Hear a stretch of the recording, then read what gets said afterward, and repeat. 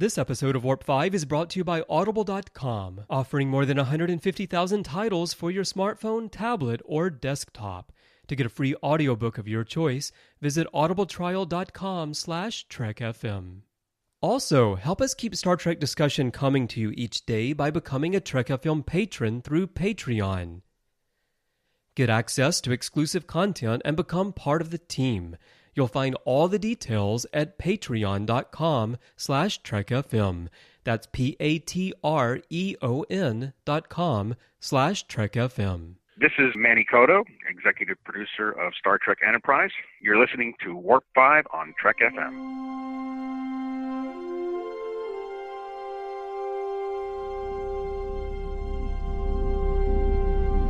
How we doing, Trip?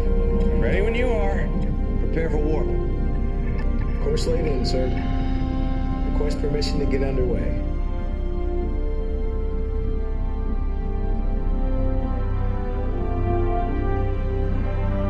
Let's go.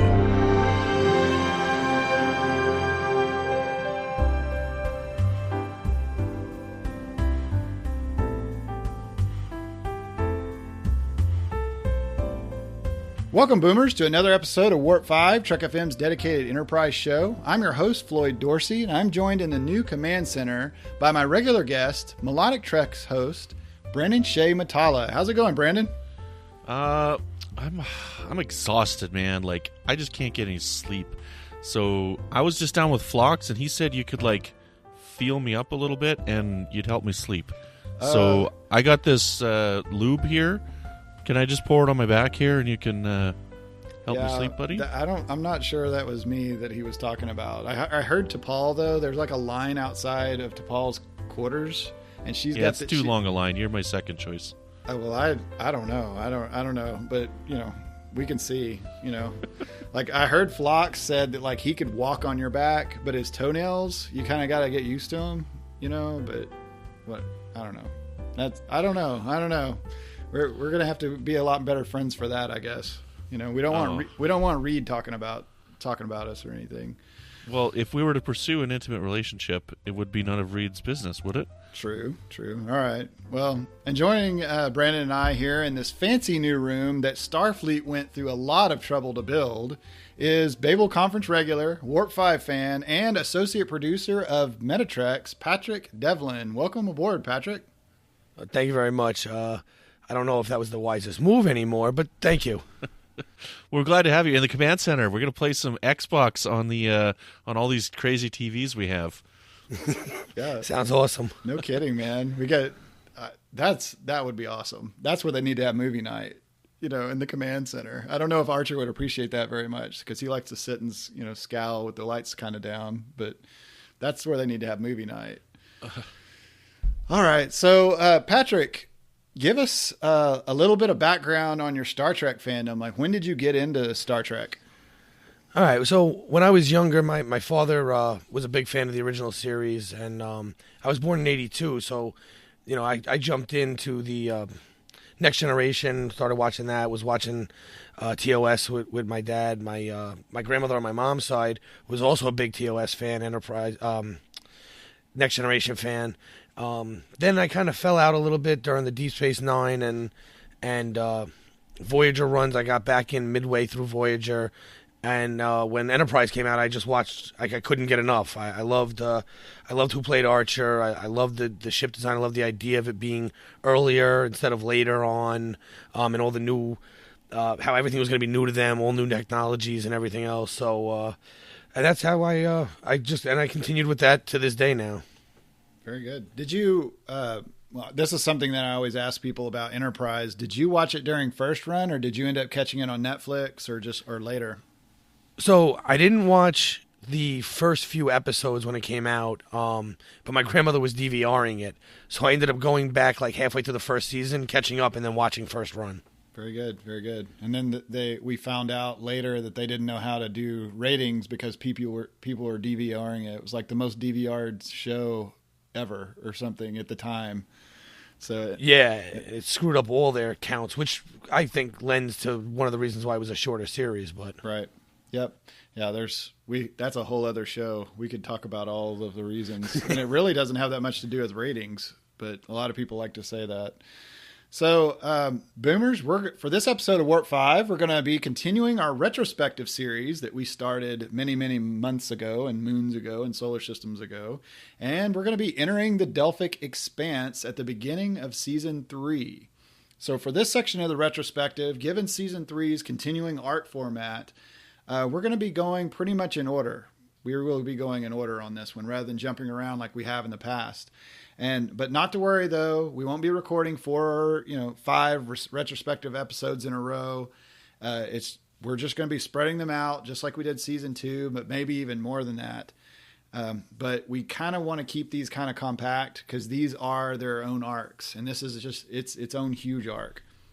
So getting at the end of Season 2, we had The Expanse, and that was kind of actually the beginning of the Season 3 arc, even though it ended Season 2. And we talked about that during the Season 2 retrospective, the last one that we did. So remember, we have the attack by Zindi, the huge canyon scene, and we had Trip basically telling Archer or asking him, are we gonna do what we need to do? Are we gonna be messing around like with that non-interference stuff? Or are we gonna be doing what we got to do? And Archer looks him straight in the eye and says, we're gonna do what we have to do. So Patrick, what did you think about The Expanse ending Season 2 since you weren't here for the last retrospective episode? Well, I have to say that this was one of my my favorite starts of the arcs. Season 3 is one of my favorite seasons of all Star Trek because I like how it gets darker. I like seeing them being willing to do things that maybe necessarily they shouldn't be doing, or like you said, he said, are we going to do what we're going to do, or are we going to worry about all the non-interference stuff that T'Pol keeps talking about? And the fact that this is the start of where they really decide that they're going to do what they have to do, it just seemed a lot different to me. Similar to when Deep Space Nine, when Sisko leaves the Deep Space Nine and leaves the baseball behind as like a slap in the face. But this was even worse because this was an attack directly on their own planet. Also, a little bit of a side note, I'm from New York, so I actually watched the 9/11 attacks, and this had all the makings of their commentary on those attacks and what our country and other countries were like following those attacks. They weren't really being too they weren't really trying to hide it, the writers, when it came to this. This show actually launched right after 9/11, and they weren't trying to hide it. For Season 3, it was like, this is a terrorist attack basically in the Star Trek universe, and that's what this is about. And I know Season 3 sort of some people really, really, really like it, and then some people don't because, like you said, it became dark, it became more real. But I like the shift in it. I got to be honest, when I first saw it, I thought it was very different than anything that I'd seen, any kind of Star Trek that I'd seen. Like you said, they attacked Earth, and my mouth dropped open. I couldn't believe it. And then when the end of that episode shows them going into the cloud, deeper, and they're just fly away. Like, I couldn't wait to see this. And I actually saw it on Netflix. I couldn't catch all the episodes when it was on first run, so I had to watch it on Netflix. So I immediately watched the next episode, and then I immediately watched the next episode, and I immediately watched the next episode because it really took a really strong turn. So, Brandon, what do you think about Season 3 now that we're kicking off this retrospective?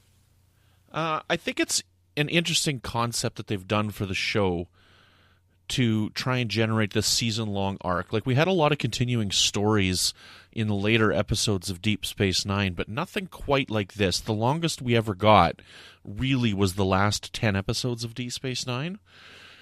So there's quite a few, I think, missteps in the 24 episodes of Season 3 where it doesn't quite always work, but I give them a lot of credit for what they tried to do, and I don't think it detracts too much because, again, it was the first time they tried to do something like this. Yep, I agree. And you have the standalone episodes because they're trying to fill, a 22, 24 season, like fill sheet here, like a show sheet. And there are some fillers. There's some standalones. We're going to mention one, not very much maybe today. I don't know. We'll see.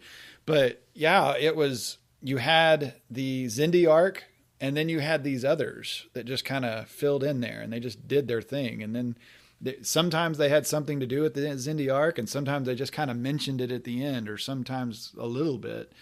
But yeah, can you imagine though, season 3 as a 15 episode or a 13 episode, or a 10 episode, like what we have now, and like really designed for streaming, which season 3 is amazing when you binge watch and you stream it. To me, I think it is. So, I think it would have been amazing. I mean, and that's what I'm looking forward to with most about Star Trek Discovery coming out, is a concise season, and just how tight the storytelling has to be when you've got a limited number of episodes. Yep. And this is such a shift. Like season 3 was a huge shift for Star Trek, because now you've got an arc for a whole season, and it goes dark, and we're going into places that we've never been before. We've never had this kind of a threat before, it seemed like, ever. We got attacked by the Borg a few times, but we always, I don't know, this seemed very vulnerable. Like the ships already seemed vulnerable, but this just seems different to me. This is just a different feel. And I can see why some people say, well, I don't really like season 3. I like season 1 and 2, or I really like season 4. But then there's people that really like season 3. I like them as 3 separate things myself. So Patrick, I'm glad that you like this. I really do. Because a lot of people give a lot of love to season 4, and season 4 is good, but season 3 is just a different shift, or a different pace, I think. Yeah, like you said, it's almost like it's a separate entity in and of itself. And for me, it was one of my favorites of all time, because of all the reasons you mentioned, where everything about it is different. Plus, it's at a time when television itself is changing, where we're ending up now where we have these 13 episode shows, and everything is followed one right after the other. But before that, no one had done any of this kind of storytelling in TV, and that's why you end up, like you said, with those few filler episodes here or there, which you just kind of look past them and call them what they are. Right. All right. So for our discussion, we are going to be talking about the Zindi, Anomaly, Extinction, and Regine. So just the first 4 episodes of season 3 for those of you following along at home. So kicking us off with the Zindi, Patrick, what did you think about this first episode of season 3? Well, I found this episode to be a perfect match to the final episode of season 2. They find out, they get a tip from someone that there may be a Zindi somewhere on, in a mining planet, and they're going to go find out where he is, what he knows, where they can find the home world, and they're not really worrying too much about what it's going to take to do that. They don't worry about security. They're going to find this guy, and they're going to get the information from him. They're going to use that information to go find whatever they can out about the Zindi to either stop this by diplomatic means or more aggressive means. Like one of the things I noticed first watching, because you pick up a lot of things after you watch it a few times, but the very first watching I found the foreman for the mining facility, his explanation for a missing finger is so weak.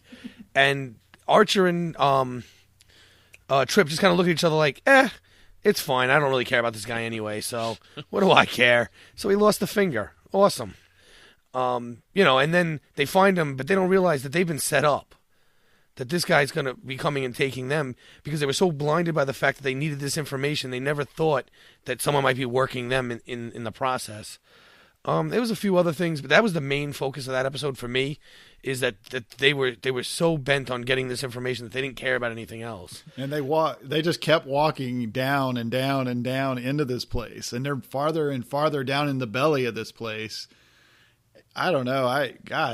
They were extremely focused to get this information, but man, they walked all the way down into this place and got the door closed behind them. And the guy was just like, I gotta go, see ya. Yeah. Now, that guy was amazing. So I don't know if you guys recognize him or not, but so the actor that played him is Stephen McHattie, and that's the guy that played Vreenak, the Romulan, in the pale moonlight. The guy who's like, it's a fake. That's him. Now I love this guy. He's a Canadian actor, and he's been in tons of stuff. Like he's been in lots of genre television, the X-Files. Like he's been in just about everything. But everybody go to YouTube and watch the trailer for Pontypool. You guys need to see this movie. This movie is absolutely fantastic. It's a zombie movie, but it's not a zombie movie. It kind of takes the zombie genre and flips it on its head.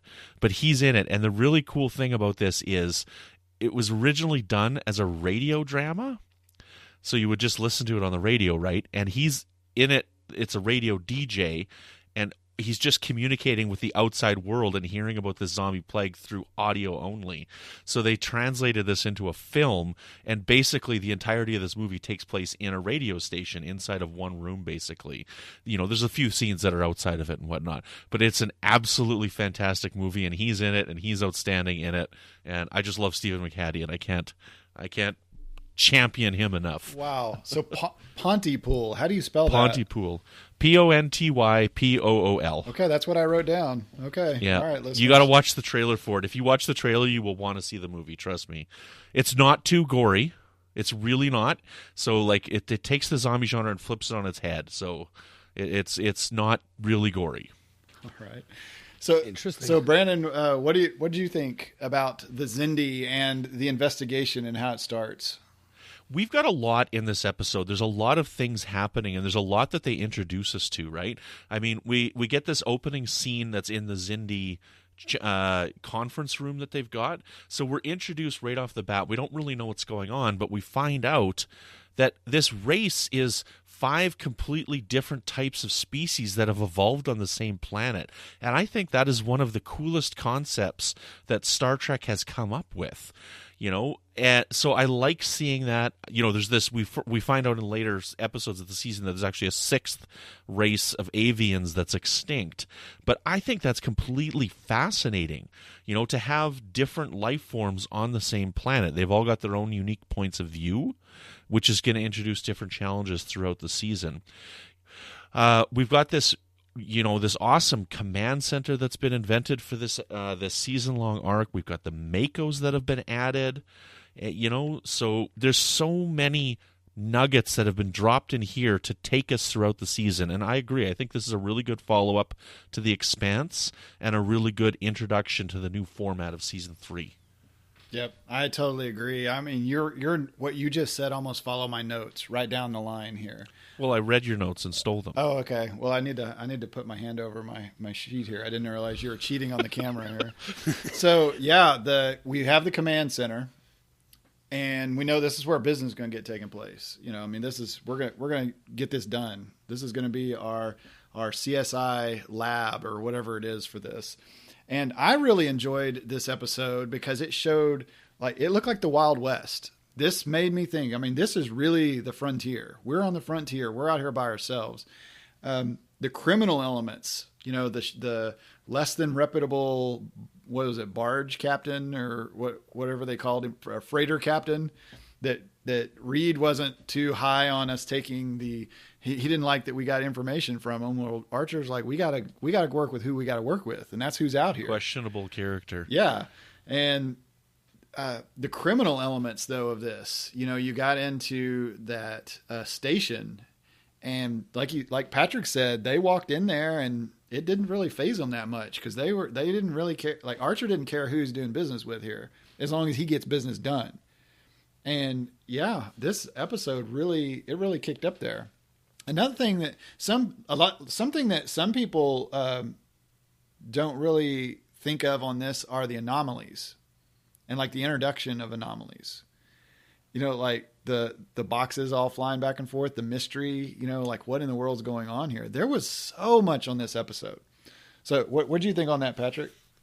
Well, like the scene where they first introduced the command center is great because that's just another point where they, you know, like you said, he doesn't want to deal with this freighter captain because he's questionable, less than questionable character, or however they worded that exactly. And Archer's just like, I really don't care. We spent a lot of money on this, and I'm gonna blow something up. Like that's just the end of the story. You know, that's why they sent us here, and that's what we're gonna do. And if I got to deal with someone who's kind of shady, I'll figure it out as time goes on. You're right, though. I don't really think of the anomalies in that episode, although that's one of the cooler ones where the stuff's just flying around.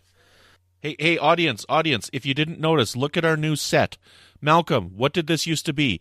What do you mean? This room here that we're now in now, the new room. What was it? Now, look at it now. Right. It was a little bit, Yeah. It was a little obvious, that we were being introduced to a new room. Yeah. Like, what did this used to be? A storage closet? My quarters? So where do you sleep now, Malcolm? Because we're in your quarters now, Yeah, that's it. We're gonna blow something up from it. I'm telling you, that's what's gonna happen. We need to find somebody. So Brandon, you mentioned the Makos. The Makos are awesome. That was a great addition. You're bringing in the military element, which to me, Starfleet is military-ish. They're kind of, I can't remember what we said that they were, but it was like a naval term where they have the guns, kind of Coast Guardy maybe or something like that, kind of like the Coast Guard. But now you're bringing in straight military, like West Point boys here, and when they go in for the to save or to rescue, which they halfway were already rescued themselves. What did you think, Patrick, when you saw the Makos kicking in the doors and flying in on the zip lines and stuff? No, the Makos are great, and even not even that scene. I like their scene. Am I remembering the wrong episode? Where they're sitting with Hoshi? What's the name of the? Yeah, that's the yes. Okay, even that scene is great because they're chit chatting, and she picks out where the guy's from, and he's like, "I hope we get there soon because I want to get to business already." And then like you said, the whole saving and zip lines and like real Army Ranger-ish kind of moves going on. But you could tell these guys, they live to be soldiers. They're looking for a fight. They want to win the fight, and their fight's the right fight. Yeah, in another episode, we actually talked about the Makos. We have a few times, and we were trying to figure out where did they get their training, or where did they get their experience, or why do they even exist? So that could have been a nice, we talked about, I think it was on the Major Hayes episode, maybe in the late 80s. I wish I would have written down what episode number it was. But we talked about maybe if we had a flashback or some kind of an episode or something to where we could have seen, the Makos in action, or why the Makos even had to exist at this time. So what did you think about the Makos, Brandon? My head canon for this, so whenever I think about the Makos, I think for the future. And I think that when Starfleet came into being, that the Makos got rolled into Starfleet, right? Into the crew, and they became like the security people, like the red shirts and stuff. So like we did have Malcolm Reed as the kind of the tactical and security chief already, but I never got the impression that he had much staff. So to me, these guys ended up being the red shirts that we would see in like the original series. I don't know. That's just something that I always came to in my head. I think it was an interesting addition. I think it helped to express the threat that they were about to face by trying to get these specific tactical people involved. I got to tell you, I would have preferred, this is some super retconning from all the way back in the original series, but the security needs to be in gray or black or camouflage or something, not red, right? But what the Makos are wearing here is kind of a futuristic camouflage. It's got the blue background, but it's got the really cool, some kind of like digital camouflage, or it looks cool. It breaks up their outline basically when you look at it. So I definitely agree. I think the Makos ended up being Starfleet security, definitely. So the end of this episode gave us a little bit of a twist because spoilers for the end of the episode. If you haven't watched the end of this episode, you want to pause this and go watch the end of the episode. You can come back. But the dying breath of the Xindi that they find at the mining colony gives them coordinates, and they fly to the coordinates, and there is rubble. It looks like the Death Star has been there, and we're crossing streams with Star Wars. So, Patrick, we talked a little bit before this show, and you and I were both kind of on the same page on this. It was like, why did he give them the coordinates to a place that had been blown up for over 100 years? Isn't that what you were thinking? Yeah, it drives me crazy. Like, he has to know it's gone, right? Or does he, or doesn't he? Or does he not care? Or is he just sending him on a wild goose chase? Like, I went back and watched this episode like 6 times. I'm like, I had to miss something. No, I still don't get it. I had to miss something. No, I still don't get it. And it's baffling. So, Brandon, you've got something for our headcanon on this. So, what do you have? So in my head, I have no reason why I've come across this for my theory, but I've always determined that these Xindi were like widespread across the Delphic expanse. And this guy didn't know that the planet had been exploded. And I think that he had either they are a lot longer lived than we thought, right? And he maybe left the planet when it was unexploded, or he just hadn't, like, his family had moved away from the planet, like his grandparents or whatever. So that was just kind of my theory in my head. It's nothing major, right? It's no crazy conspiracy theory. I just figure that he didn't know, and he was trying to help at the end because he did get them out, right? Right. Okay, that makes sense. So he's like a colony baby, maybe he's a boomer, a Xindi boomer or something. I realize it's very weak, but I mean, I don't know. That's just always the motivation that I applied to the character myself. Yeah, every time I watch it, I come to the end of that, and I'm like, why did he give them something that had been destroyed for 100 years? And I never quite really got why. I mean, I think he truly wanted to send them there, but I don't know. I mean, I don't think he was trying to trick them, or something. I don't know. That it just became more of a mystery in that. We might just be looking into it too much, because it just added on to the mystery. We've got all these anomaly things going on. It's like a horror house around here, and it just, okay, let's just go deeper then. They're not here, so let's just go deeper. Yeah, it just seemed to, I guess it was a way to just get them to fly deeper, but it just seemed weird that he would use his dying breath to lie. Right. Like, it's like the ultimate middle finger, I guess. I really don't know, but I can think of better things to do with my last breath than to tell you where not to go. Okay, so Xindi are extremely literal. All right, this is something that we need to learn about here. The Xindi are extremely literal. So when we ask about their home planet, this guy told us exactly where their home planet was. The original planet is at these locations. Now, we didn't get into the details of does it still exist or not.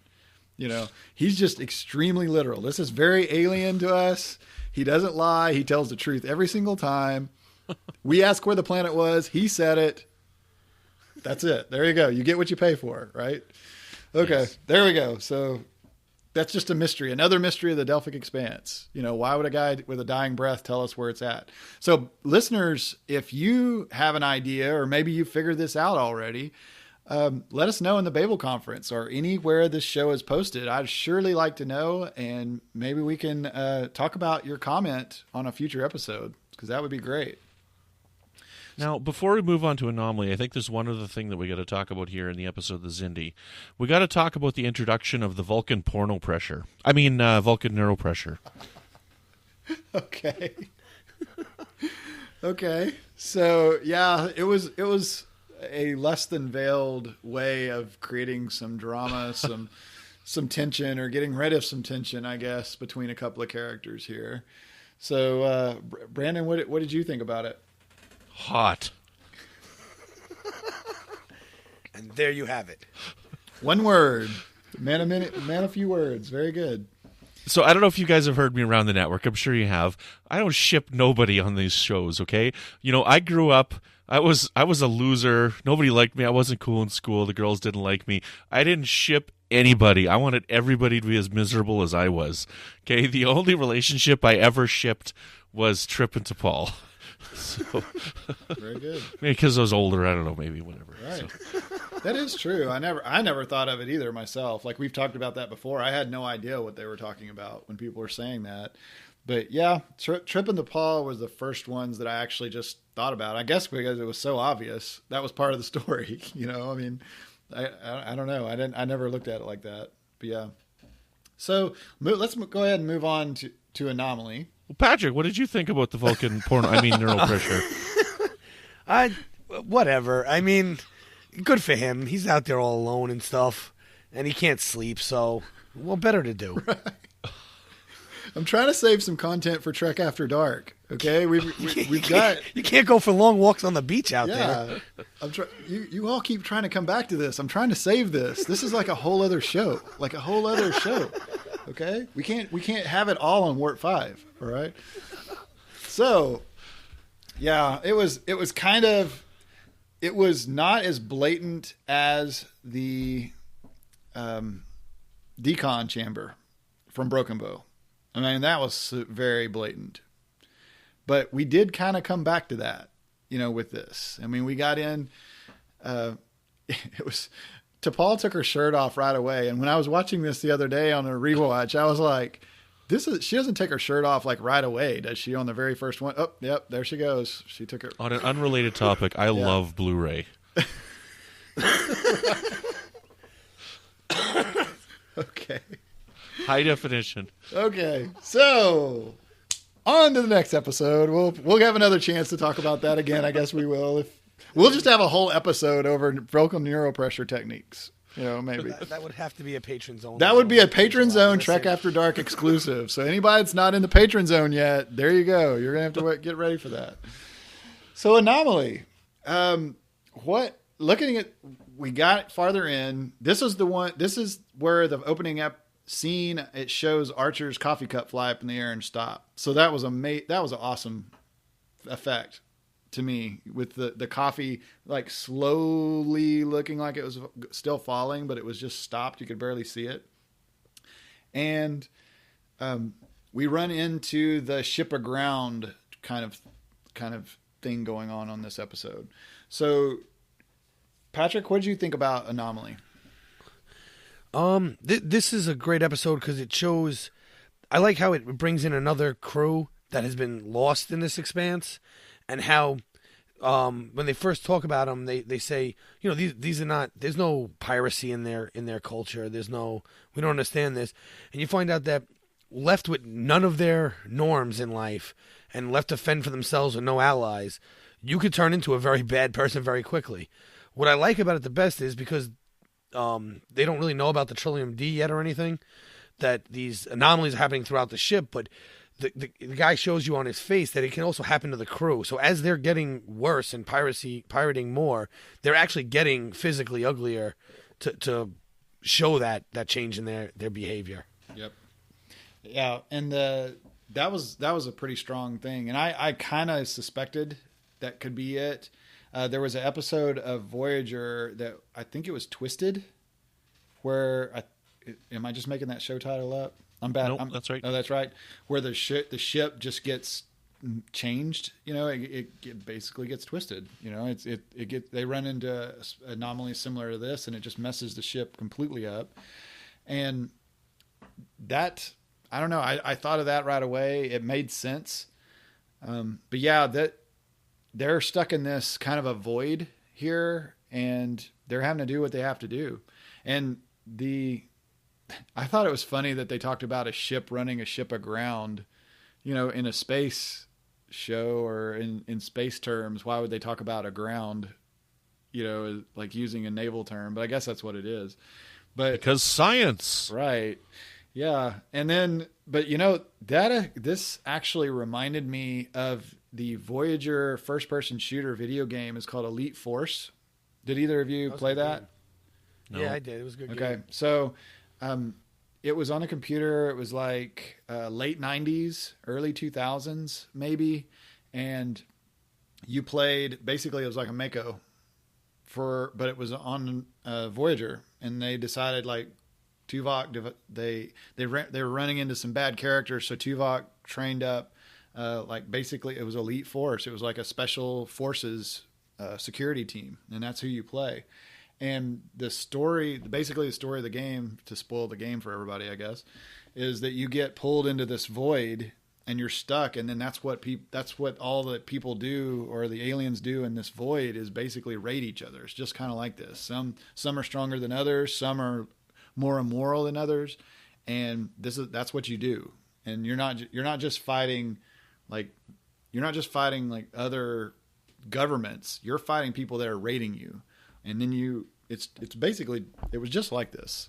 I mean, Well, I wonder. That sounds a lot like the episode, "The Void," right? Maybe that's when it takes place. Is in that because there's a Voyager episode called "The Void," Right. where they get sucked into a void space and people are raiding them and Right. stuff, right? So, And there was something about it to where I don't think there were stars, and yeah. there was Yeah, I think Brandon's right. I think it was supposed to take place during the void, okay. Interesting. Okay. or in the void. You know, Right. Okay. Spoiler: they get out and get back to Earth. You just spoiled Voyager. The whole series of The Voyager. entire thing. The whole thing. Okay. Although Sorry, anyone I'm so who bad. watched any Next Generation movies would know that. So. Right. So, Brandon, what did you think about Archer's turn in this? You know, because Archer went a little dark here. Every time I watch this episode now, I think, man, he wasn't involved at this time, but Manny Cotto went on to work on 24, right? So they really got a 24 Jack Bauer Power Hour vibe going on here, right? With the torture. And, I'm a huge fan of 24, and I love the Jack Bauer Power Hour.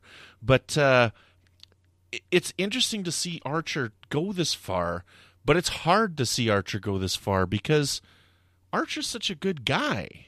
He's such a nice guy and a nice captain, and he's so friendly. So it's hard to watch him be this way. And just Scott Bakula himself, he seems like a really nice guy. He's like a pro's pro, and it was really out of character. It seemed like even for the actual actor, not just Archer, but for Bakula. I've never seen Bakula play anyone like that. Not someone that's going to go airlock somebody. I thought I was watching BSG for a second there. Yeah, not even in the worst of worst situations in his Quantum Leap days would he do something like that. But I was really rooting for him to do it. Honestly, I was, when he was threatening and the guy was like, "You're too moral." I was like, "No, show him you're not. Come on, you got the command center down there. Do something." Right. Yeah, and Reed thought he was going to do it. And when he said he's going to die in there, and he's like, not for another 40 seconds or not for another 14 seconds or whatever he said. That line is so cheesy. I don't know. That's so bad. Not for another 40 seconds. I don't know. That's a really bad line. Well, he still had a little air left, apparently. Yeah. Yeah. I don't know. It's It made it. You know what it made its reminds point. me of? Okay, so this is off topic here, but when I was a teenager, right, one of my first DVDs that I bought was Stand By Me. You guys know Stand By Me? Right? Anyways, we had these, I was in university and we had these Korean foreign exchange students that I was friends with, right? So we had a dinner and a movie night at my place and we watched Stand By Me. And the reason why I watched Stand By Me is because it had 500 subtitles on it and it had it in Korean. And in the episode when Corey Feldman is beaking off that guy in the dump yard, right? He's like, I don't know, he says something I can't remember. He's like, "Oh yeah, you're 500 pounds, lard ass," right? He calls out at him, right? And the Korean translation was 282 kilograms, right? So here we are. So with the subtitles on, with our friends, we're watching this movie. All of the English people start howling because it was a literal translation of 500 pounds. And the kid just threw out the number 500 pounds as an insult. But when they translated it to Korean, they translated 500 pounds to whatever it exactly was in kilograms, right? Because that's what they use. So I don't know. It makes me think of that when I hear this. When he's like, "Not for 40 seconds." I don't know. It's just So then convert that to Canadian time, right? convert that to Canadian time.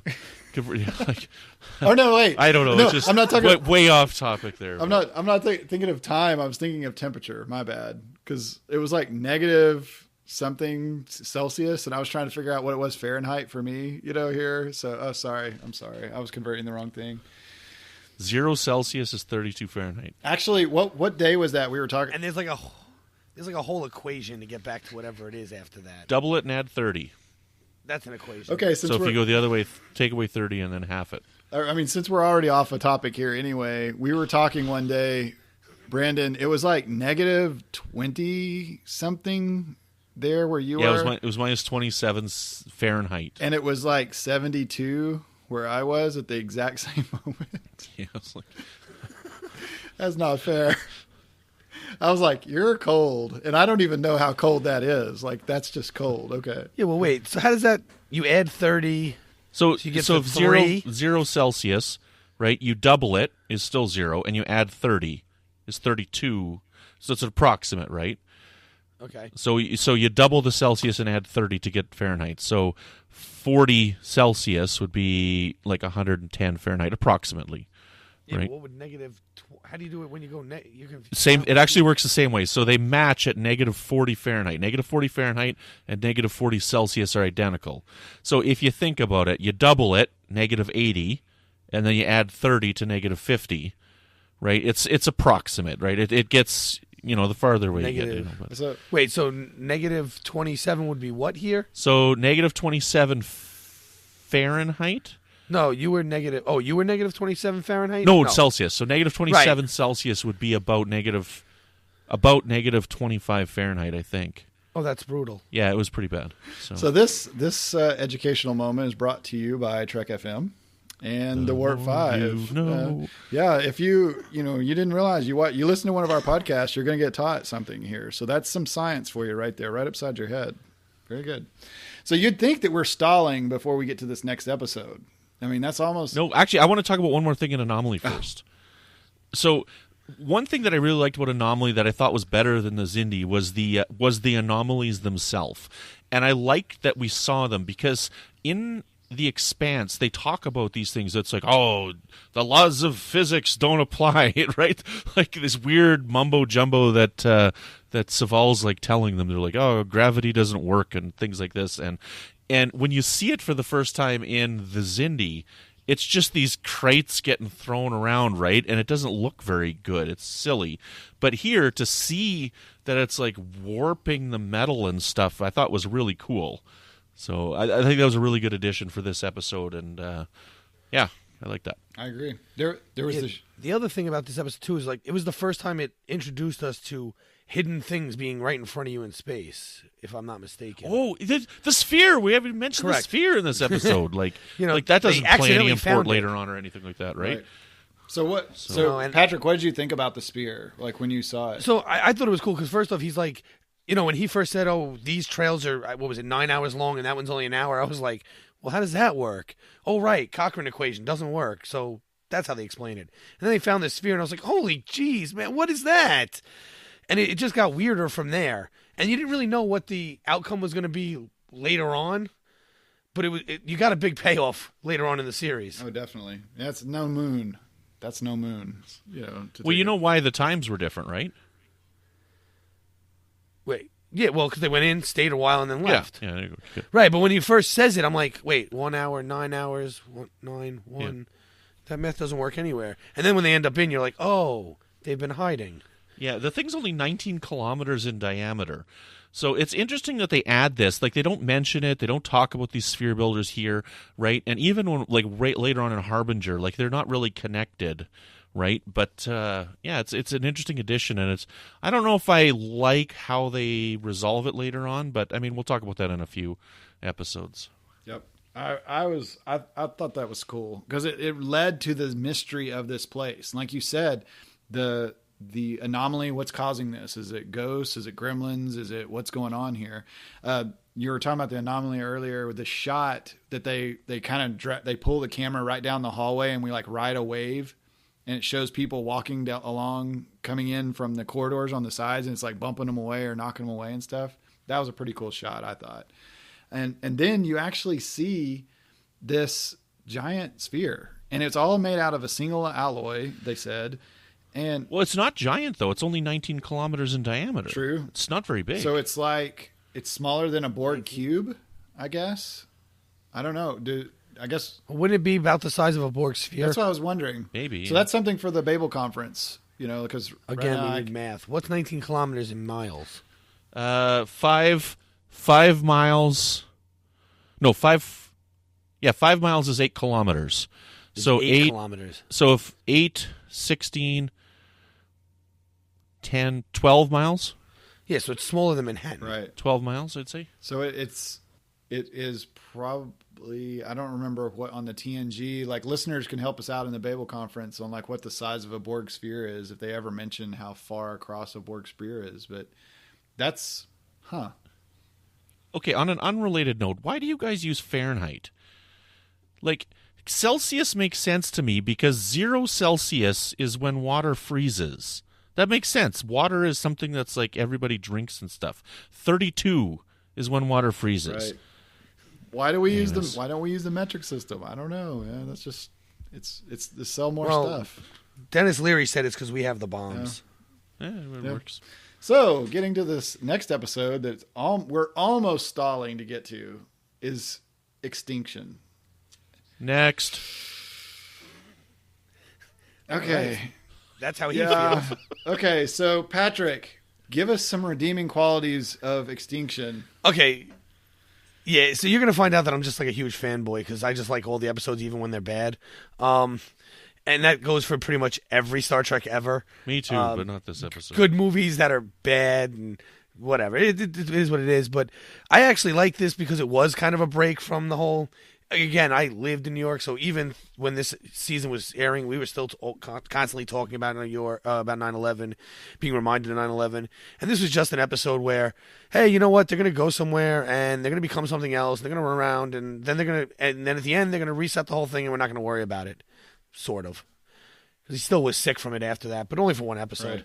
And then we did have continuity. You know? That is true. Because that's how the next episode started, is he was scratching too much. So that was continuity that you usually don't get. You know, you didn't get that with Voyager. You never got that with the Next Generation. That one episode actually affected another, and that was in a slight way. But yeah, the Extinction. I was kind of confused the first time I watched it. I'm watching it. I'm trying to figure out how it would happen instead of just watching it. You know, and it was something. It was something. So, Brandon, it was something. Yeah, I mean, they added kind of a cheesy reset button because they needed T'Pol to be down there and not sick. So, well, her body fights that stuff because natural immunities to alien DNA. We'll find out a lot later that she had an inner eyelid that she never had to use, or we just never found out about, right? And then there's all kinds of stuff, you know, later that we find out that she's immune to, right? So yeah, watching this episode, I don't know.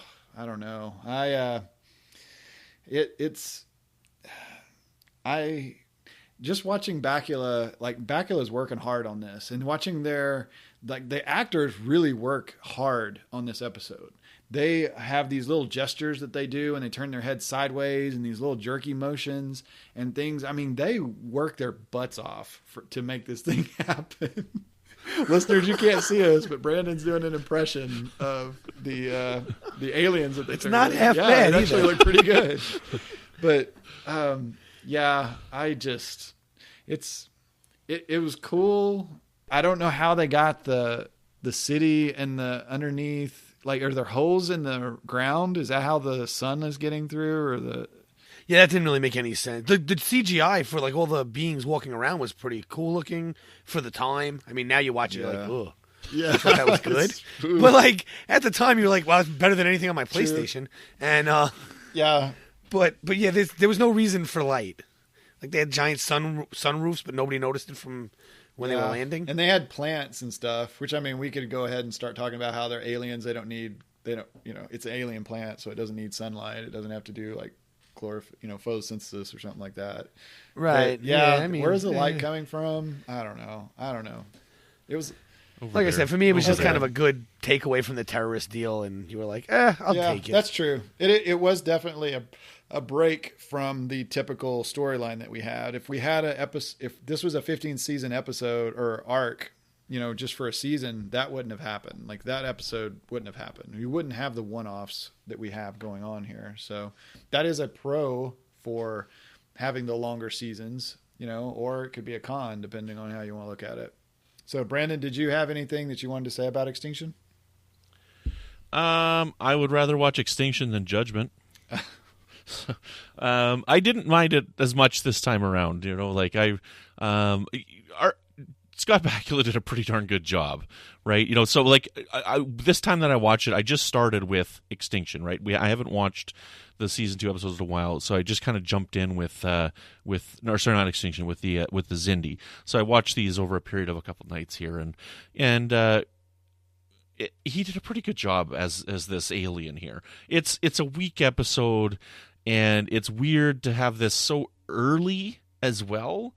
Like, what did they not know what they were going to do? Like, it doesn't have any ramifications later on. Like, why is this now? Like, fine, maybe they're stalling in the middle of the season. They're like, we're at 16 episodes, we don't know what to do. Let's throw this weird Fraggle Rock thing in here, right? And but at episode 3, Right. What year would season 3 have been? so 1, 2, 2, 3, 3. This would have been like September of 2003. Right. Yeah. No. Okay. I have no idea. Yeah, Because there was a strike somewhere in those years, but I think that was 5. So. Writer strike? Yeah, wasn't there in one of those? It was after. It was around 2008 because it was when Was that Terminator: late? The Sarah Chronicle. Oh, Sarah yes. Connor Chronicles started. Yeah. Okay. So there goes that theory. I think Yeah. they were just buying That's time why on Fraggle this. Rock showed up. But Shades of they Extinction. didn't just buy time on this. I mean, they spent money on. They had to put those actors through that makeup. You know, the hours of that makeup. That's not all they put them Oh through. my gosh! You know, but The massive CGI. I mean, seriously, Bakula and I mean, they did a great job. I mean, if they were like Fraggle Rock Archer, you know, if they were trying to, like you said, if they were trying to get another gig going, they've sold me. Yeah, but like even that episode, like that other race shows up and they're like, "Oh, we got to kill everybody because, you know, that's contagious and we're not cool with that." Like there was no point to him showing. You thought maybe later they'll run into him again, or he'll join a fight, or they'll be worth something. Actually, Nothing. That guy was Curtis on 24. Yes, he are was. you talking about the representative? I love 24. Are you talking about the representative for the other race? Yeah, The guy that they had really- the armor on and he came on their ship and stuff? Yeah. That guy, he's actually Yeah, in Dark Matter also. If you've ever Oh, watched is Dark he? Matter. I gotta check And- that show oh, out. man, it's some good stuff. But Patrick and I are going to start a 24 podcast after this. I Oh, can that's gonna be see- awesome. I love 24. Even the last one that stunk. This Warp 5 has got a definite 24 connection. So when we talked to Manny Cotto, you know, we of course we had to talk to him about 24. But yeah, this Fraggle Rock, that's a great. I hadn't even thought about that. That's No, now I will never see them not as Right. Fraggle Rock. Oh, it's totally. Look at them. They look like the Fraggles. Now, They when I was do. a kid, McDonald's gave away the Fraggle Rock toys, and I can see Archer in a Yes. car now. Oh, I'm going to edit in the Fraggle Rock theme song to this. Scares away. Worries for another day. Let the music play. Down in Fraggle Rock. Down in Fraggle Rock. Down at Fraggle Rock. good. We've got show titles, all kinds of show titles. Yes, in music. Down in Fraggle Rock. Yes. All right. So let's go ahead. Let's move on to our last episode we're going to talk about here is Regime. So I like this episode. I like the alien port and the market and, again, like the Wild West and the frontier, and we're getting to see more aliens, and I really liked it. So, Patrick, what did you think about Regime? I like the interaction in the show. I like the way they introduced the girl who turns into the spy and how they kind of trick Archer into spoilers. taking her. One of the main reasons I like it is because it makes him as much as throwaway season episode 3, but they're making him harder and harder and more malice over time, like with the airlock and all that. This kind of shows you still the softer side that he still cares. About the only thing I didn't like. I like that. I liked when they came to go get her back. I actually really liked the Zindi ships in that scene where they're attacking the NX-01. The only thing I didn't like was the guy who was selling the girls looked like Piccolo from Dragon Ball Z. Like as if they just copied him and shoved him in. And that was cool. I don't know Dragon Ball Z, but I liked his makeup, and he looked but believable as an Piccolo. alien. Yeah, but he looked like a character from Dragon Ball Z, unfortunately. Crossover. Since you don't get the reference, it doesn't matter to you. But other than that, I mean, the acting was good. Everything was well done. Even the guy trying to sell them animals, and even again you see Archer get annoyed with him and snap at him, but you still see the softer Archer a few minutes later as she's running away. And he clearly scouted Archer to know how to get to him, how to get her onto that ship and to get information. And to that point, I anyway was not thinking of a biological weapon. You know, I was thinking they were just building another death ray to blow up the Earth. And meanwhile, they're fighting amongst the council as to how to go about ending the humans, and if they should attack now, attack later, wait. Some races want to wait. Some races are telling them, "I'm not waiting no matter what if you don't do something soon." And this is also the episode where they have the accident, right? So they lose all the 4 or 5 months worth of research, and this is when you can start to see that the aquatic beings are the ones that are kind of controlling the council and holding it together, but even they're starting to get tired of waiting. Right. And they're the ones that are very slow and very methodical. Yeah. And they're not liking how things are going.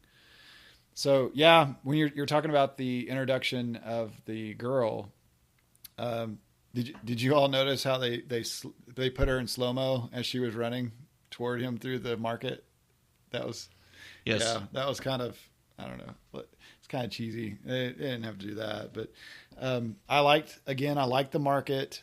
I liked just the interactions they had, like the he ended up being a spice trader. You know, the stuff that wars have been fought over, and the way the guy gets the scent through his nose is actually up by his eyes. You know, that was pretty good.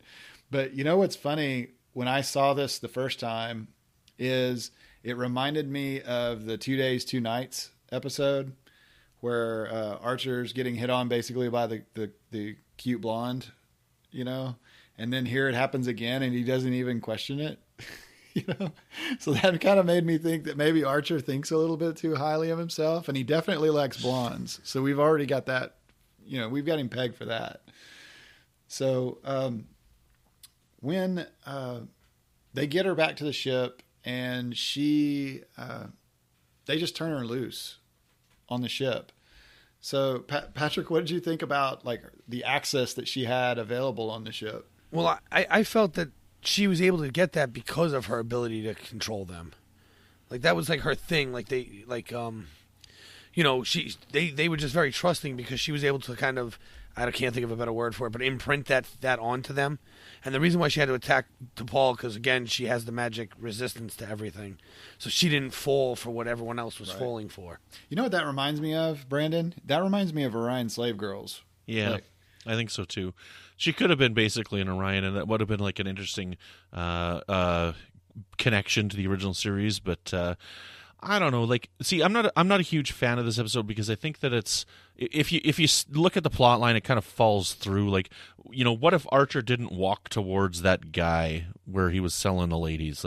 The plan would have fallen through completely, you know. But I mean, there's some cool ideas in here. Right at the beginning, when they're saying, "Look, if this the aquatics are saying, look, if this doesn't speed up, we're going to have to consider all options."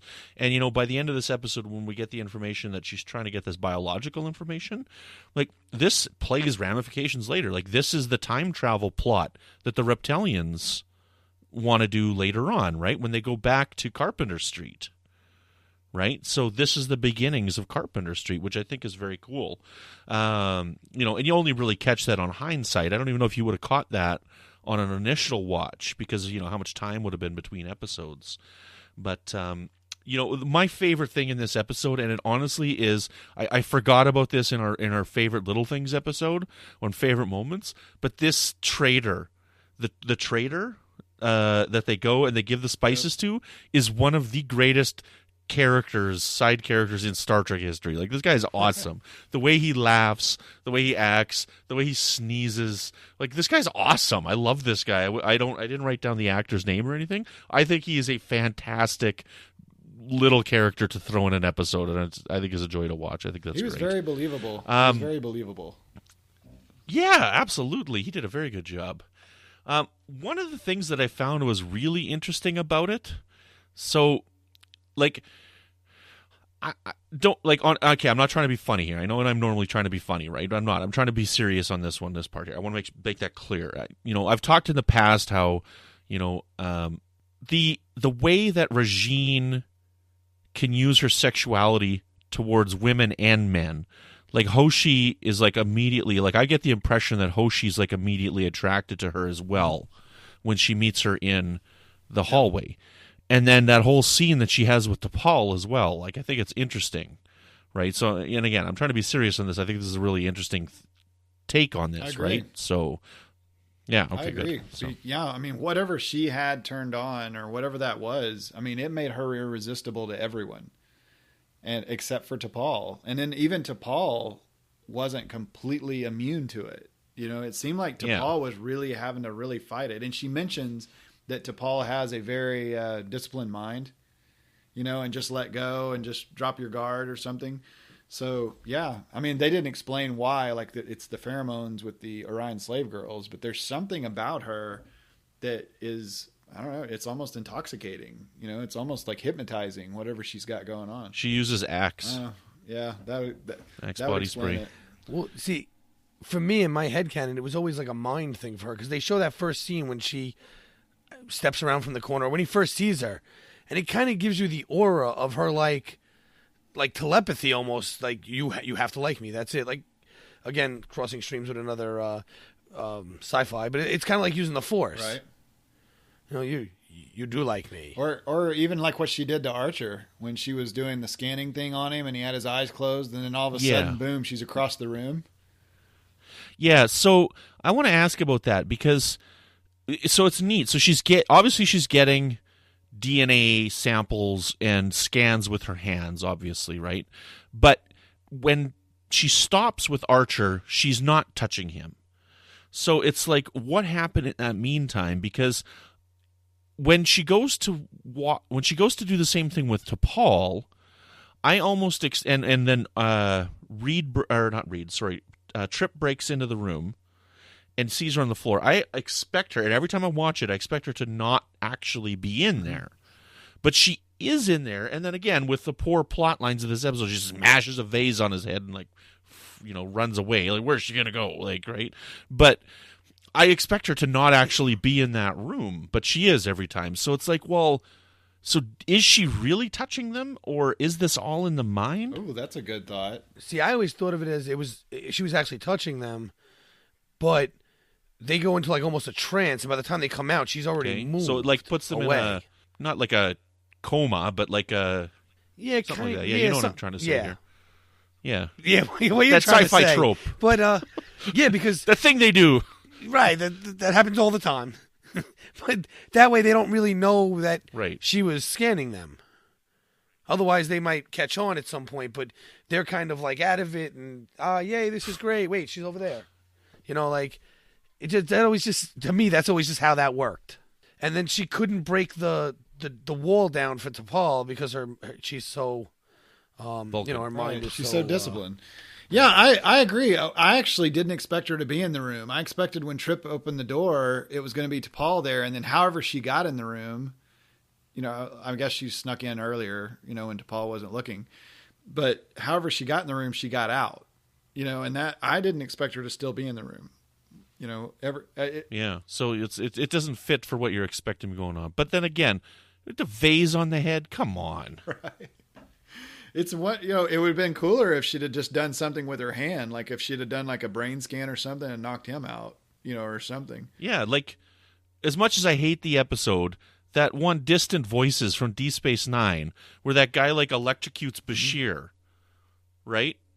Like, you know, like I don't know, something like that even, where she could have done something to Trip to like shocked his head or something as she ran out behind him or something, and then boom, he's on the ground. Yeah, the vase.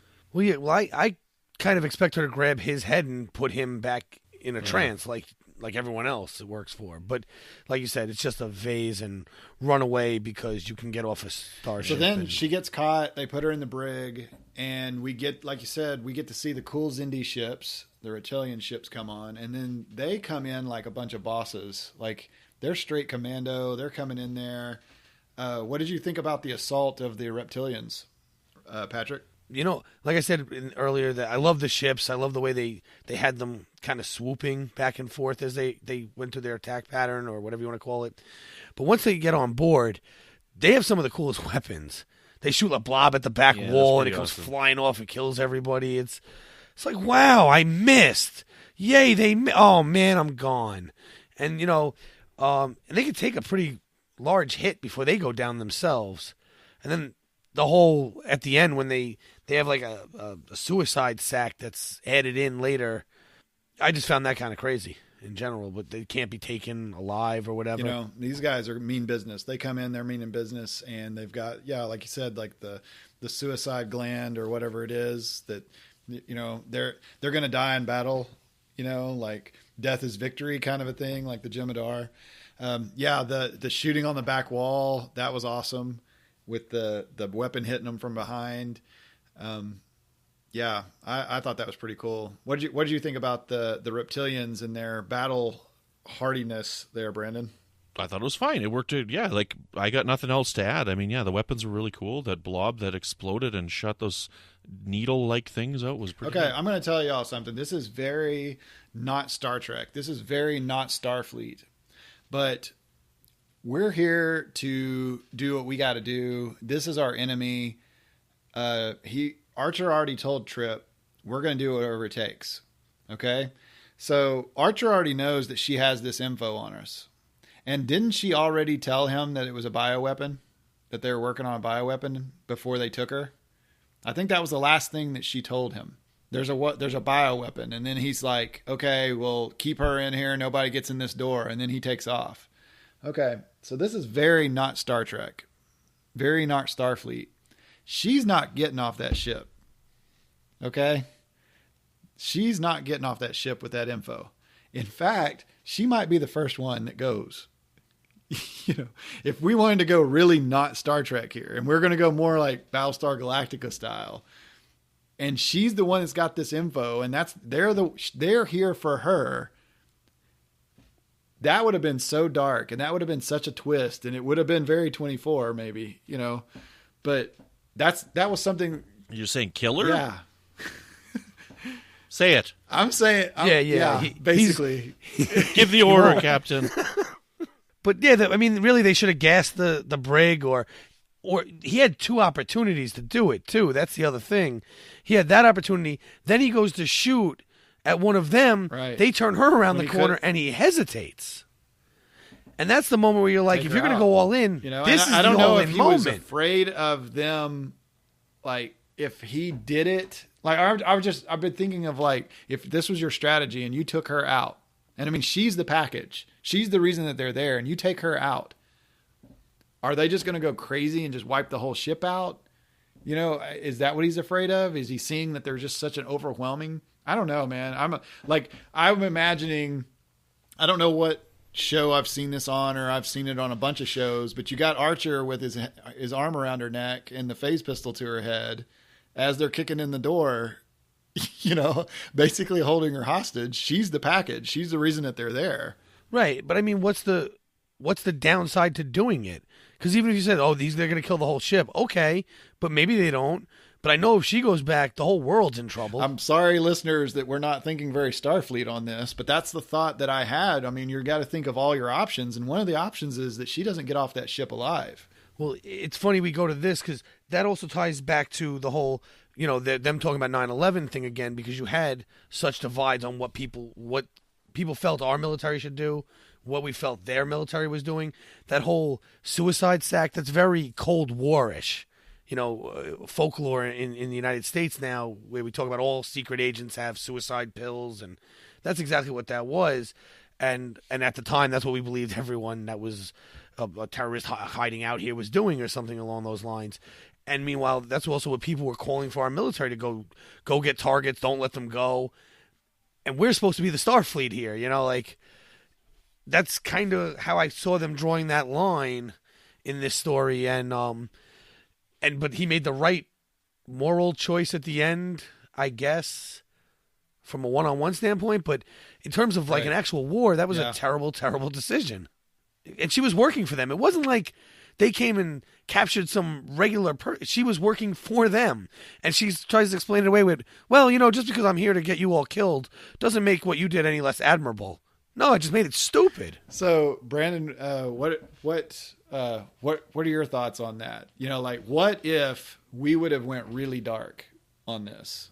I don't know. See, like when I was young and I originally watched this going through, I think I've mentioned this before here on Warp 5 is, you know, like the 9/11 thing missed me. Like I'm from Canada, right? And 9/11 affected us in Canada, but it didn't affect us like it affected the States, right? I mean, for us, the airports were shut down. It was freaky. We saw a building collapse, and now I have to take my shoes off when I go through the airport security, right? So, but it doesn't mean the same thing to me as a Canadian as it does for you guys, right? So a lot of these parallels are kind of lost on me. Now maybe that's just me because I don't participate in the news. I don't read the news a lot, things like even now, right? I don't watch a lot of news articles. But I don't know if that's a general thing for Canadians. If there's any other Canadians out there, like tell me. Like I don't think 9/11 means anywhere near to us what it means to you guys, right? So to me it's the Starfleet way that he didn't kill her, right? And I understand what you're saying. Well, if he's going to go dark, but that also leads me to believe that he wouldn't have let that guy die in the decompression chamber in Anomaly, right? Because he's not there yet, right? I don't think he ever does get there. Like he gets close in Damage, right? Which we'll talk about later on, which is the mirror Darkleaf version of Anomaly for Archer. Right, but I don't think he ever gets quite that far. He gets almost there, but he doesn't get all the way, right? And I don't think he ever Well, I was would. imagining Archer being the one doing it, but since we're talking about that, let's say Archer is representing the virtues of the Starfleet and what the Federation is going to end up being, and he doesn't. Let's say that we've got this path that we've got Archer on, and he's going to end up being this golden boy of the Federation.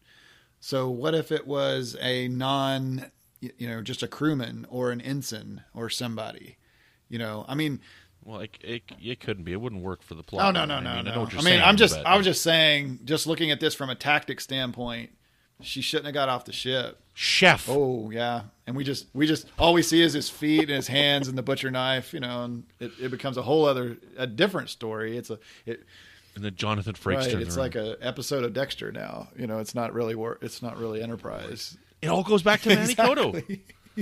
He's everywhere. There you go. Very good. So, Patrick, what did you think about the start of season 3? You said this was your favorite season. So, what are your thoughts about the start of season 3 here? We had the one throwaway episode, which again I kind of enjoyed because it was a throwaway episode. I didn't have to think too much. Like Brandon was saying, how 9/11 didn't affect him as much. I think I see more 9/11 in these episodes than even the average American does, because I physically watched the towers disappear from the horizon. So for a long time, I just saw 9/11 in everything. I even have a 9/11 tattoo. So maybe I read a little too much into them, but because of that, and because one of the things I like so much about Star Trek is it's unwavering. It has no fear in pointing out social issues or social changes or social commentary on pretty much anything. And they did the same thing here about something that was tragic and current. When I was watching all the other series, they weren't current to me. I was watching them years later. I was too young to understand. So this one was something that happened that was very alive in my memory. And they were beating it like pretty heavily the first 3 episodes. And I liked it. I enjoyed it a lot. I thought we were going in the right direction. And, I couldn't wait for more. And like, unlike you got to binge watch, which was a phenomenal way to watch that season. I was on the edge of my seat every week, sitting there with my, at the time, 76-year-old grandmother. What did your grandma think of the Vulcan neural pressure? You know how hard those scenes are to watch with a 76-year-old grandmother? I put them on now, and I still cringe. And we don't even live in the same house anymore. I'm going to go get a drink now, Grandma. That's great. I'll tell you what, though. She wanted them to get together, I'll tell you that. Great. So, Brandon, what do you think about the beginning of season 3 here? How are we getting started? We're off to kind of a slow start, I think. So we're 50-50 here. I'm not a huge fan of Regine. I'm not a huge fan of Extinction. But even Anomaly, it's okay for me. But Xindi was a great start, mainly because of Stephen Mahati. Pontypool. Google Pontypool trailer and watch it. Well, for me, season 3 has grown on me a lot. Like the first time I saw it, I was expecting Star Trek and I got something else. But now I very much appreciate it for what it is. And like Patrick mentioned, 9/11 affected me. It affected me a lot more. I didn't realize until 10 years later how much it affected me at the time. And, and I was living in Dallas. I wasn't even just living in New York. I was living in Dallas and seeing this stuff on TV. And I was seeing how it was affecting other people around me that was just watching it on TV. And it was difficult to watch the first time. And that was years after the events actually happened. And I don't know. I was watching it. I was expecting Star Trek, and I got this, and then I was, I don't know. I appreciated us so much more now. I've got the first 2 seasons, which is the getting out there away from Earth, and this is what we could do if we were on our path to being, Starfleet. Like us actually here in the 21st century. Then we've got season 3 arc, which is its own thing. It's its own standalone movie. It's a binge watching jewel to me. You just watch them right after the other, and it flows so well, I think. You do have the occasional the pit stops that you have to take, but like you start off with a Xindi that's really good. You get into Anomaly. I like that. I like how it's setting the tone for us.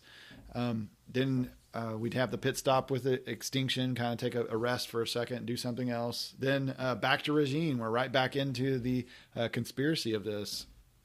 And Regime it's not as good as Xindi to me, but it's still going down the path. It was setting up the council and the conflict and the drama that the council didn't really agree with everything. Season 3, it blends into season 4, and it sets up the prequel that everyone is expecting, and that's what we were talking about Manny Cotto about. And I don't know, I like season 3. I like how it started right now. But yeah, it's just different. It's just different, and different doesn't necessarily mean bad. A lot of people see different and they think, oh, well, it's different. It's just not Star Trek, so I just don't like it. That doesn't necessarily mean that it's a bad thing. But talking season 3 is not the only thing that we've been doing on Trek FM this week. So here's what else you may have missed elsewhere on the network. Down at Fraggle Rock. Previously on Trek.fm, Standard Orbit. My casting choices, would be for Ruck, you got to go with Dave Bautista, right? He's Drax in Guardians of the Galaxy. He played Jinx in... Inspector. Yeah, it's not Jinx. What's his name? Hanks. Mr. Hanks. Mr. Hanks. Yeah, Mr. Hanks. That's the wrong James Bond film, everybody. The 602 Club. Going back to the Gotham thing really quickly, I know this is semi-derailing. Why would you want to move to Gotham? I mean, he has to have been there. It's like the picture that he has on his wall is this beautiful, shining, like, daytime view, if I'm not mistaken, of Gotham, which I don't think we ever see. It was like, I'm not really sure. Charm City looks quite nice. So. Saturday Morning Trek. It's very much like a continuation of the original series. You know what? You raise a very good point, and it's one we probably should have talked about earlier, is that we talk so much about the animation and the limitations of the medium that we forget about the writing. And overall, it's pretty strong throughout the run. And that's what else is happening on Trek.fm. Check out these shows and find out what we're talking about on your favorite corner of the Star Trek universe. You can find us on iTunes, TuneIn, Stitcher, SoundCloud, anywhere you can get your MP3s or podcasts. You can go to our website to get the RSS link, and you can download the MP3 file directly from there. And if you're an Apple user, please be sure to hit the subscribe button. That makes it easier for all listeners to find us. And while you're there, leave us a rating and review. So we actually have a couple of 5-star reviews that came in there at the end. I'm going to read one this time. We'll save one for the next time. 5 stars for Silver Flight Mask. Amazing podcast. It says, my friend introduced me to this podcast and I immediately fell in love. Enterprise is my favorite Trek series. And when I found out there were people who love the show as much as I do. The intellectual discussion that the hosts have is something that really provokes thoughts that I never had before. I love this podcast as much as Trip loves pecan pie or Malcolm loves pineapple. I can't wait for the next episode. So, wow, that's a lot of love, Silver Flight Mask. We surely appreciate it. Thank you so much. Another way you can help us keep all of our shows coming to you is to become a patron of the network on Patreon. So if you visit patreon.com, that's patreon.com/TrekFM, you can find out how you can help us.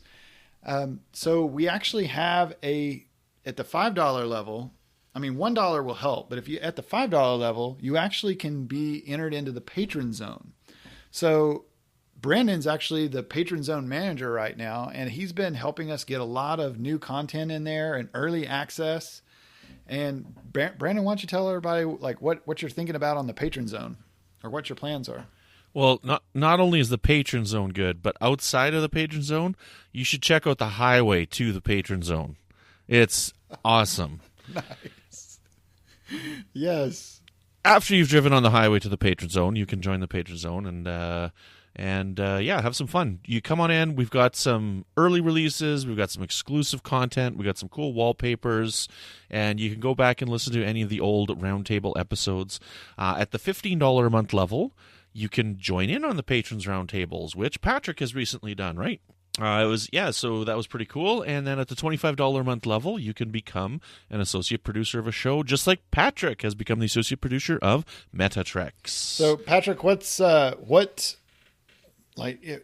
made you decide to become an associate producer through Patreon for Trek FM? I found Trek FM a while back, and I started listening. I started listening to Metatrex, Warp 5, To the Journey. Mostly I listen to all four of the show-specific, 5 show-specific shows, and then and Metatrex. And I really like philosophy, so I decided I wanted to be their associate producer, and I started talking to the host, Mike and Zach, and they were really cool guys. So I made sure to jump in to be their associate producer. So you can find out other details about how you can get involved and how you can help us out at patreon.com/TrekFM. Also, if you want to wear your Trek FM fandom, you can find great Trek FM themed merchandise at trekfm.store. So you can get you a t-shirt, get you a coffee mug, get you a cell phone case with your favorite Trek FM's show on it. Get you a Warp 5 t-shirt. That would be kind of cool. I'd like to thank my co-associate producer, Mike Morrison, and also our newest associate producer for Warp 5, Tim Cooper. Thank you so much.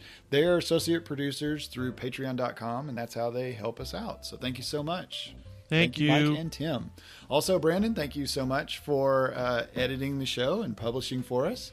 And Tony Robinson for creating the very cool show art that we have. If you'd like to get in touch with us here at Trek FM, you can always find us at trekfm/contact and look in the sidebar on the show page, or go to speakpipe.com/trekfm and leave us a voicemail. That'd be cool to add to the show.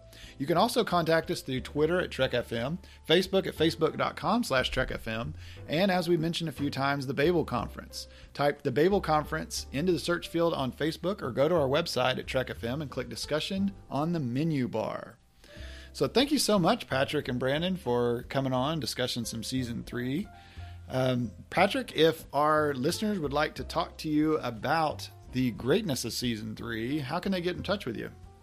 They can either find me on Twitter at MagicDrop5, it's the number 5, all one word, or I'm always around the Babel Conference, surfing around there and hanging out in that area. Very good. Well, thank you so much, Patrick, for coming aboard. We really appreciate you coming on. Thank you for the opportunity to be on. Oh, no problem.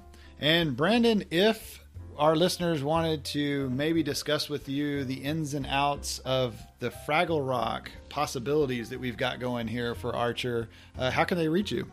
You can find me on Twitter at Brandon Matella. You can find me on Facebook. Send me a message on there, and every once in a while I poke my head up in the Babel Conference. You can also find me here on the network with new episodes of Melodic Treks, which is all about the music of Star Trek. And if you'd like to get in touch with me, you can always find me in the Babel Conference, the Trek FM listeners page on Facebook.